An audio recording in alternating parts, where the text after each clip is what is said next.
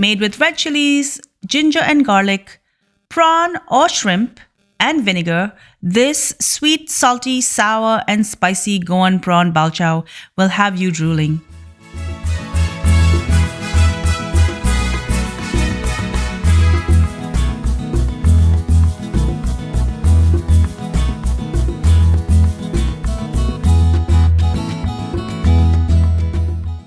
I'm going to start with 15 Kashmiri chilies. This is about 35 grams. Kashmiri chilies do not pack much heat and they impart a wonderful color. You can avoid the seeds if you want to reduce the spiciness. I don't mind the heat, so I'm just going to break them up into smaller pieces. If you can't find these chilies in the Indian store, you can buy them on Amazon. Cover this with 3/4 cup of vinegar. I'm using Goa vinegar, but malt, red wine, or any other vinegar will work. Leave this alone for about an hour. I'm using the vinegar to soften the chilies a bit, but it will help to grind it to a smoother paste later. Now that they've softened, I'm going to add these to my processor carefully.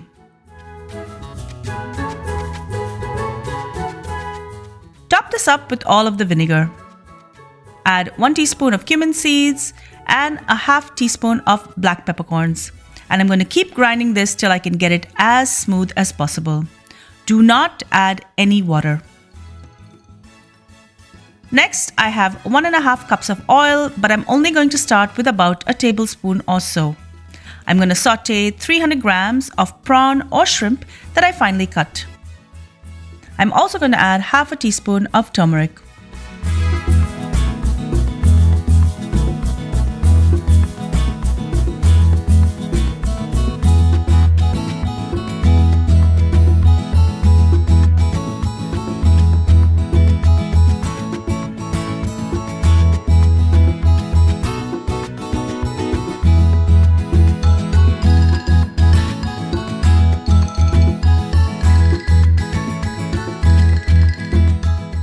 Once it's ready, remove it and keep it aside.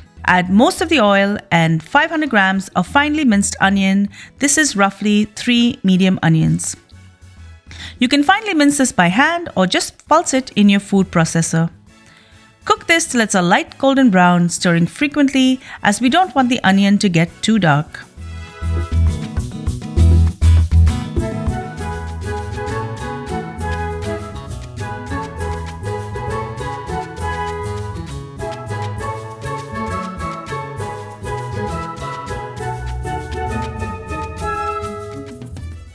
Next, add 35 grams each of finely chopped ginger and garlic. This was roughly 10 cloves and a 2-inch piece of ginger. Saute this for another 5 minutes. Now add in the vibrant masala paste you made and mix it with the onion. Scrape every bit in. You may be tempted to use water, please don't. You can add an extra tablespoon of vinegar to the jar to release the masala. Now add in the prawn or shrimp and coat in the masala. Add the rest of the oil and season with salt and sugar to taste. Some like it more on the sweet side. For me, I prefer it not too sweet, so taste and adjust according to your preference. Bottle this and allow it to mature for about a week before you devour it.